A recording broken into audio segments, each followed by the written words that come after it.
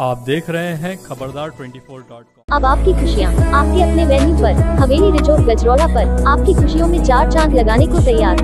गजरौला हवेली resort शादी, party एवं अन्य शुभ अवसरों पर हम बनाएंगे आपके पलों को यादगार। बुकिंग के लिए करें संपर्क पंकज भारद्वाज, गजरौला हवेली रिजोर्ट, नेशनल हाईवे गजरौला। जी सिंह साहब बताइए, जो सुप्रीम कोर्ट ने फैसला सुनाया डीएनडी टोल जो फ्री किया है उसके विषय में। देखिए, हम लोग 2012 में हाई कोर्ट गए थे क्योंकि दिल्ली जाने के लिए नोएडा से कोई भी जाता था तो उसको टोल देना पड़ता था, आते हुए भी जाते हुए भी। वहां पर टोल ब्रिज पर इतनी लंबी लाइन लगती थी, हजारों गाड़ियां लाइन में लग जाती थी, कितना पेट्रोल फूकता था, कितना पोल्यूशन होता था, कितना लोगों का टाइम बर्बाद होता था और वो लोग टोल लिए बिना किसी गाड़ी को भी निकलने नहीं देते थे। हम लोगों ने उनसे कहा कि भाई आप एक काम करो, एक तरफ से 20 रुपए ले लो और दोनों तरफ के 30 रुपए लेके जैसे पूरे हिंदुस्तान में पॉलिसी उस पर काम करिए। उन्होंने कहा नहीं, हम ऐसा नहीं कर सकते और हम तो हर साल टोल बढ़ाएंगे और अपनी मर्जी से टोल लेंगे। हमने कहा भाई आपकी मर्जी तो हमेशा नहीं चलेगी। पहले हम लोगों ने काफी दिन तक वहां पर धरना प्रदर्शन किया लेकिन उससे कोई लाभ नहीं हुआ। फिर हम लोग हाई कोर्ट गए, फेडरेशन ऑफ नोएडा RWA के माध्यम से, मैं उसका प्रेसिडेंट था। 2012 में हम लोग हाई कोर्ट चले गए। हाई कोर्ट में 4 साल तक ये केस चला। 4 साल के बाद 26 अक्टूबर 2016 को माननीय उच्च न्यायालय ने एक आदेश दिया कि इस टोल को फ्री किया जाता है। जब ये आदेश आया तो उन्होंने तुरंत 17 अक्टूबर को सीधे ही वो चले गए वहां पर सुप्रीम कोर्ट में, उन्होंने अपील डाल दी और उन्होंने कहा कि इस पे स्टे दे दिया जाए, लेकिन माननीय उच्चतम न्यायालय ने उनको कोई स्टे नहीं दिया और उनकी याचिका को स्वीकार कर लिया। उसको आज तक सुनवाई होती रही और कल 21 तारीख को, कल 20 तारीख थी ना, कल 20 तारीख को माननीय उच्चतम न्यायालय ने आदेश दिया कि उनकी जो याचिका थी उसको खारिज किया जाता है और फेडरेशन ऑफ नोएडा RWA ने जो याचिका डाली थी और जिसपे माननीय उच्च न्यायालय ने जो फैसला दिया है उसको ही उन्होंने माना और उस पर मोहर लगा दी। और नोएडा और दिल्ली की जनता के लिए बहुत बड़ी राहत की बात है। मैं धन्यवाद करना चाहता हूं माननीय उच्च न्यायालय का और माननीय उच्चतम न्यायालय का कि उन्होंने जनता की भावना को ध्यान में रखते हुए एक सही फैसला दिया और पूरे देश की जनता को एक राहत मिली। जो ईस्ट इंडिया कंपनी यहाँ पर बहुत करोड़ों रुपए रोज के जनता का लूट रही थी, खून पसीने की कमाई, उससे राहत मिली है। ये बहुत ही बड़ा घोटाला था इस कंपनी का और ये कहीं भी किसी की बात सुनने को तैयार नहीं होते थे, ना किसी सरकार को मानते थे। वो समझते थे सरकार हमारी जेब में है और मीडिया भी हमारी जेब में है और जनता तो कुछ कर ही नहीं सकती। तो वो ये लोग सोचते थे और पूरी तरह से उन्होंने अपनी तराई वो मचा रखी थी, मनचाही कर रहे थे।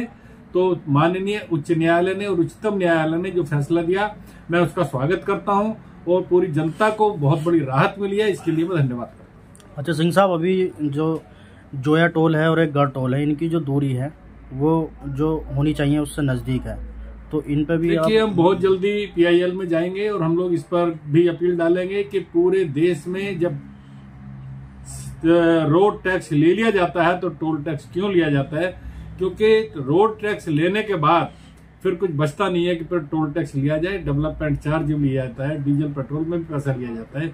तो सरकार जो पैसा ले रही है वो टोल टैक्स के रूप में गलत है। इसको टोल टैक्स को फ्री किया जाना चाहिए और पूरे देश के टोल टैक्स को हटाया जाना चाहिए। इस पर भी बहुत जल्दी हम लोग PIL करेंगे और इस केस को भी हम लोग जनता के हित में लड़ाई लड़कर जीत कर दिखाएंगे। अच्छा सिंह साहब, आप किसान संगठन से भी जुड़े हुए हैं, तो अभी हाल ही में जो नोएडा में किसानों का वो रहा, धरना रहा, पुलिस ने भी किसानों के साथ जो व्यवहार करा, तो उस पर क्या? देखिए, किसान पूरे देश का अन्नदाता है। किसान के साथ कभी भी अन्याय नहीं होना चाहिए। अगर कहीं भी किसान के साथ अन्याय होगा, सरकार करेगी तो सरकार को भी उसका खामियाजा भुगतना पड़ेगा और कोई और करेगा तो उसको भी खामियाजा उठाना पड़ेगा।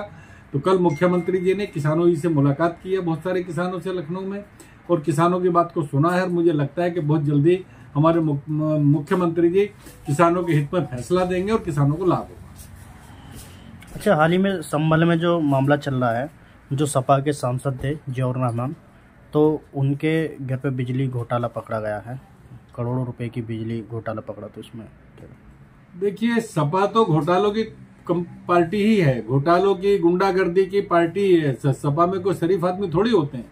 सपा में तो गुंडा राज चलता है, किडनैप चलते हैं, चोरी डकैती लूट चलती हैं। तो सपा तो एक ऐसी पार्टी है, वो तो गुंडों की पार्टी है। गुंडे लोगों को जिस तरह से वो श्रेय देते हैं, अब एक सांसद जिसको पेंशन मिलती है, जिसको काम करने के लिए पैसा मिलता है, कितना फंड मिलता है, कितने सरकारी सुविधाएं मिलती हैं, उसके बाद भी चोरी कर रहे हैं। शर्म आनी चाहिए ऐसे लोगों को कि जो चोरी करते हैं।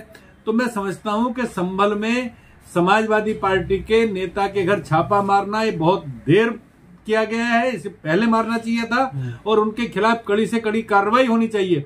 गरीब आदमी से तो सारी चीजें, सारे बिजली के बिल, पानी के बिल, टैक्स के बिल सारे वसूलते हो। अमीर आदमियों को सारी छूट दी जाती है और उसके बाद भी वो एक तरह से लुटाई करते हैं, लोगों के साथ चोरी करते हैं। तो मैं कहना चाहता हूं, ऐसे सांसद को बने रहने का कोई हक नहीं है। जो देश की और प्रदेश की चोरी करता हो, उनके खिलाफ कड़ी से कड़ी कार्रवाई की जानी चाहिए। कई मंदिर भी वहाँ पर बंद पड़े थे जो दबा दिए गए थे, तो मंदिर भी मिले होंगे संभल में। देखिए, बहुत दिन पहले से हिंदू मंदिरों के साथ अन्याय किया गया है। कांग्रेस के टाइम में अन्याय हुआ है, सपा के टाइम में अन्याय हुआ है। आपको याद होगा, सपा के टाइम में अयोध्या मंदिर पे गोली चलाई गई थी, कितने कार सेवक मार दिए गए थे, कितने कार सेवक नदी में डूब गए थे। बहुत सारे लोगों के साथ अन्याय हुआ है। तो अब अन्याय नहीं होगा। इस सरकार में, हिंदुस्तान के अंदर जहां भी मंदिर है, वो मंदिर सब निकलेंगे और मंदिर में पूजा की जाएगी, चाहे वो संभल में हो, चाहे कहीं भी हो। और कोई किसी तरह की मंदिर के खिलाफ कोई ऐसी कार्रवाई बर्दाश्त नहीं की जाएगी। ना हम मस्जिद के विरोधी हैं, ना मंदिर के विरोधी हैं। मंदिर में मंदिर का काम हो, मस्जिद में मस्जिद का काम हो, गुरुद्वारे में गुरुद्वारे का काम हो। हर धर्म के लोगों को रहने का हिंदुस्तान में अधिकार है, लेकिन किसी को भी एंक्रोच करने का अधिकार नहीं है। भाई, मस्जिद को क्यों मंदिर तोड़कर बनाया जाता है? क्या हिंदुस्तान में जगह की कमी पड़ी है क्या? आपको जहां मंदिर है वहीं पर क्यों जाते हो आप? जहां आपको मस्जिद बनानी हो, मस्जिद बना लीजिए। कौन मना करता है मस्जिद बनाने के लिए? लेकिन मंदिर तोड़कर मस्जिद बनाना ये बर्दाश्त नहीं किया जाएगा। ऐसे लोगों के खिलाफ कार्रवाई की जाएगी और जहां मंदिर थे वहां मंदिर रहेंगे, जहां मस्जिद होगी वहां पर मस्जिद होगी। मंदिर के विरोधी हैं, ना मस्जिद के विरोधी हैं, लेकिन अतिक्रमण के हम विरोधी हैं। अतिक्रमण बर्दाश्त नहीं किया जाएगा। किसी भी मस्जिद को मंदिर के ऊपर नहीं बनने दिया जाएगा। मंदिर मंदिर रहेगा, मस्जिद मस्जिद रहेगी। धन्यवाद।